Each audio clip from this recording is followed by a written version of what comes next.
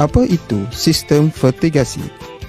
Sistem fertigasi ialah satu kaedah penanaman di mana pemberian baja yang lengkap kepada tanaman diberikan dalam bentuk larutan dan disalurkan ke zon akar mengikut sistem pengairan titis. Di antara kebaikan sistem fertigasi ialah keperluan nutrien tanaman sentiasa tersedia dan pokok dapat mengambil nutrien mengikut jumlah yang diperlukan, dapat mengurangkan penyakit yang disebabkan oleh punca tanah, memudahkan pengurusan dan kawalan rumpai melalui amalan agronomi terkawal, meningkatkan pengeluaran hasil tanaman yang optimum. Peralatan yang diperlukan adalah bekas air, pam aqua, polypipe 16mm, microtube, elbow, equal T, strip coupler, end cap, dripper, nipper atau adapter, stopper 16mm, puncher, polybag, kokopit. Berikut adalah cara-cara pemasangan sistem fertigasi. Sediakan bekas air bergantung kepada saiz penanaman. Pasangkan pam aqua di dalam bekas air.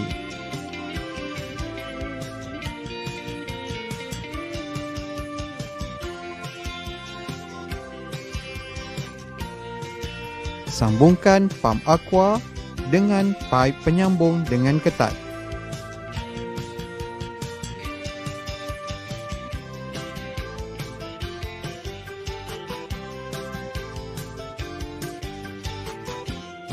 Selepas itu, sediakan polypipe dengan ukuran yang sesuai.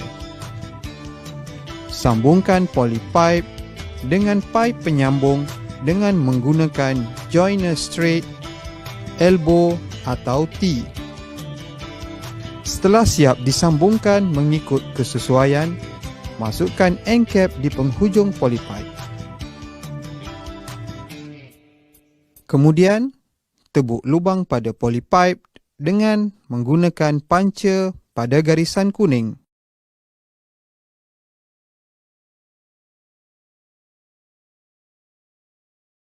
Gunakan nipper pada lubang yang telah ditebuk.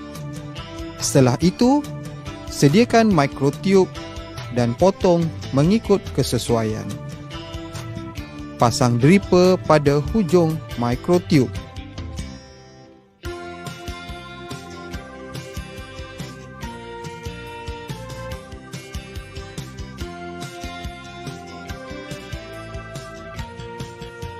Tuangkan air ke dalam bekas air sehingga 3/4 penuh.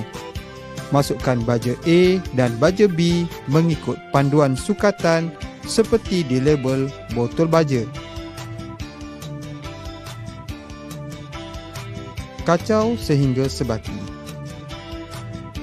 Sediakan polybag dan masukkan kokopit sehingga 3/4 penuh.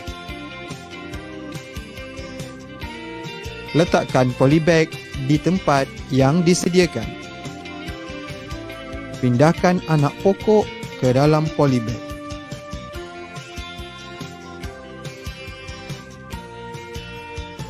Selepas itu, laraskan dripper mengikut titisan air yang sesuai mengikut pembesaran tanaman.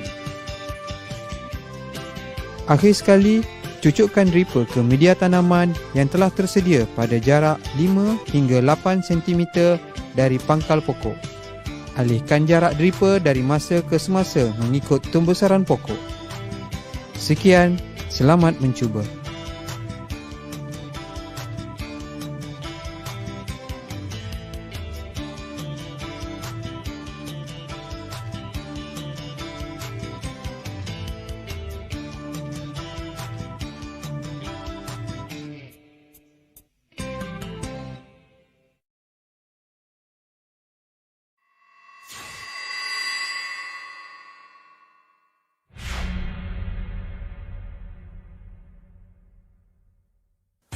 Kaedah penanaman set mini hidroponik sebagai bekas tanaman.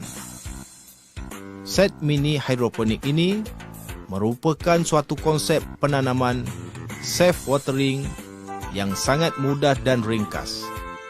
Ia menggunakan baja cecair AB sebagai nutrien pokok dan kokopit sebagai media. Di samping binaan yang ringkas, ia juga sangat mudah diselenggara, mempunyai sistem pengairan yang mudah dan setnya yang ringan dan mudah alih. Sebelum memulakan penanaman, mari ikuti langkah-langkah berikut. Yang pertama, kita semestinya perlu mempunyai set mini hidroponik. Set ini mengandungi pasu, palung, botol cecair baja. Pasangkan kerangka set dan palung hingga menjadi satu set mini hidroponik yang lengkap. Apabila set telah tersedia, proses persediaan penanaman dan proses menanam boleh dimulakan. Yang pertama, kita perlu menyediakan kokopit. Buka bungkusan kokopit. Leraikan kokopit tersebut. Rendamkan di dalam bekas berisi air. Biarkan selama beberapa minit untuk kokopit tersebut mengembang. Setelah kokopit mengembang, gaul rata dan ianya telah sedia untuk digunakan. Nisbah bancuhan kokopit dan air adalah baik apabila kokopit dikepal. Tekstur kepalan tidak pecah dan tidak berair bila ditekan. Menyediakan pasu takung. Isikan kokopit yang telah tersedia tadi ke dalam pasu petak mini hidroponik. Penuhkan ruang net di pot di bahagian bawah pasu terlebih dahulu. Kemudian, isi pasu tadi dengan kokopit sehingga hampir penuh. Bancuh baja A dan baja B mengikut panduan sukatan yang tertera, iaitu dengan mencampurkan sebanyak 5 ml setiap baja ke dalam pembancuh berasingan.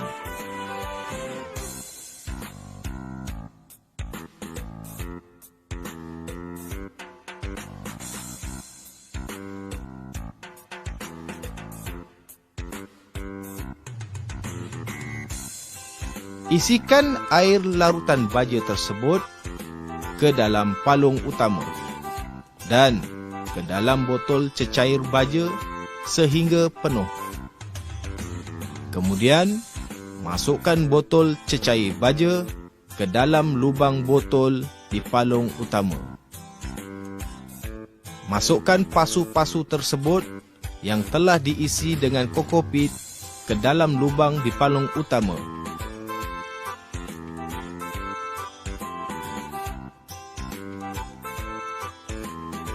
Dan sekarang set telah siap sedia untuk digunakan.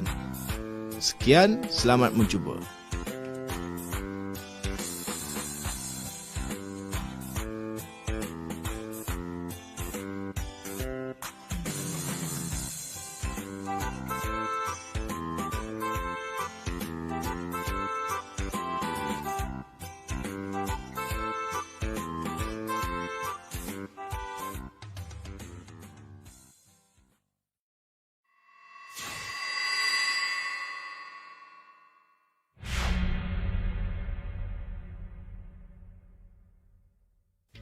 Kaedah penggunaan pasu NutriPot sebagai bekas tanaman.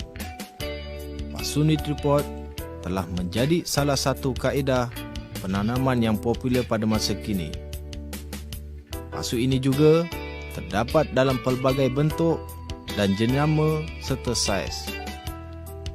Kebaikan menggunakannya adalah mudah diselenggara, seperti tidak perlu penyiraman selalu. Ringan, mudah untuk diangkat ke mana-mana. Sebelum kita memulakan penanaman, mari kita ketahui apakah bahan dan peralatan yang diperlukan. Pasu NutriPot terdiri daripada pasu nutrien, pasu media, long pot, rod 5 inci dan level indicator. Seterusnya, kokopit bongkah atau dikenali sebagai sabut kelapa proses, baja A dan baja B, biji benih tanaman mengikut kehendak kita, dan akhir sekali penghalau serangga organik atau biorepellent. Seterusnya, kita ikuti pula bagaimana kaedah menyediakan bekas tanaman sehingga ke peringkat menanam. Yang pertama, kita perlu menyediakan kokopit. Buka bungkusan kokopit, leraikan kokopit tersebut dan rendamkan di dalam bekas berisi air. Biarkan selama beberapa minit untuk kokopit tersebut mengembang. Setelah mengembang, gaul rata dan kokopit telah sedia untuk digunakan. Nisbah bancuhan kokopit dan air adalah baik apabila kokopit dikepal. Tekstur kepalan tidak pecah dan tidak berair bila ditekan. Seterusnya, menyediakan pasu nutrien. Isikan bancuhan baja AB ke dalam pasu nutrien sehingga ke paras lubang kecil. Lubang kecil pada pasu nutrien adalah penanda aras bagi aras air. Nisbah baja AB yang diisi adalah berdasarkan label pada pak baja tersebut. Letakkan pasu media ke dalam pasu NutriPot. Masukkan rod 5 inci ke soket pada pasu media dari bawah dan pulas sedikit. Paras penanda akan naik apabila air baja mencukupi, dan sebaliknya, bila air baja kurang, penanda aras akan tenggelam. Isi kokopit ke pasu media sehingga paras 3/4 penuh. Bagi tanaman sayur daun, isi media separuh sahaja sudah memadai, manakala bagi tanaman berbuah atau tanaman jangka panjang, isi media sehingga hampir penuh. Buatkan lubang menggunakan jari sedalam 0,5 sentimeter. Kemudian, tanamkan anak pokok. Letakkan pasu di tempat sesuai yang mempunyai sumber cahaya matahari yang sederhana. Sekian, selamat mencuba.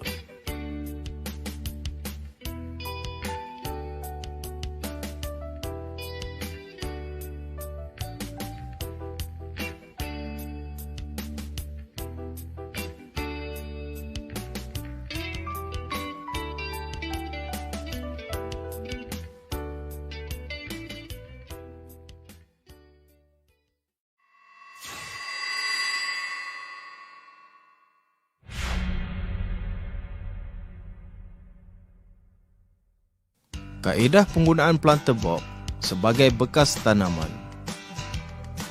Planter box boleh terdiri daripada pelbagai jenama, tetapi biasanya saiz adalah lebih kurang sama. Kebaikan menggunakannya adalah mudah diselenggara, seperti tidak perlu penyiraman selalu, ringan, mudah untuk diangkat ke mana-mana. Okey, sebelum kita memulakan penanaman, mari kita ketahui apakah bahan dan peralatan yang diperlukan. Yang pertama, set planter box. Seterusnya, tanah campuran organik. baja NPK 15-15-15, baja NPK 12-12-17, baja 888, biji benih tanaman, dan akhir sekali penghalau serangga organik atau biorepellent. Ada 3 kaedah penanaman yang boleh kita lakukan. Pertama, kaedah point atau lubang. Kedua, kaedah tabur terus. Dan ketiga, kaedah transplant, iaitu mengubah. Kita mulakan dengan kaedah yang pertama, iaitu kaedah point. Kaedah ini amat sesuai untuk biji benih bersaiz besar. Isikan planter box dengan tanah campuran organik sehingga paras 3/4 bekas. Ratakan media dan tekan sedikit supaya agak padat. Buatkan lubang secara zigzag menggunakan jari sedalam 0,5 sentimeter. Masukkan biji benih sebanyak 2 biji selubang.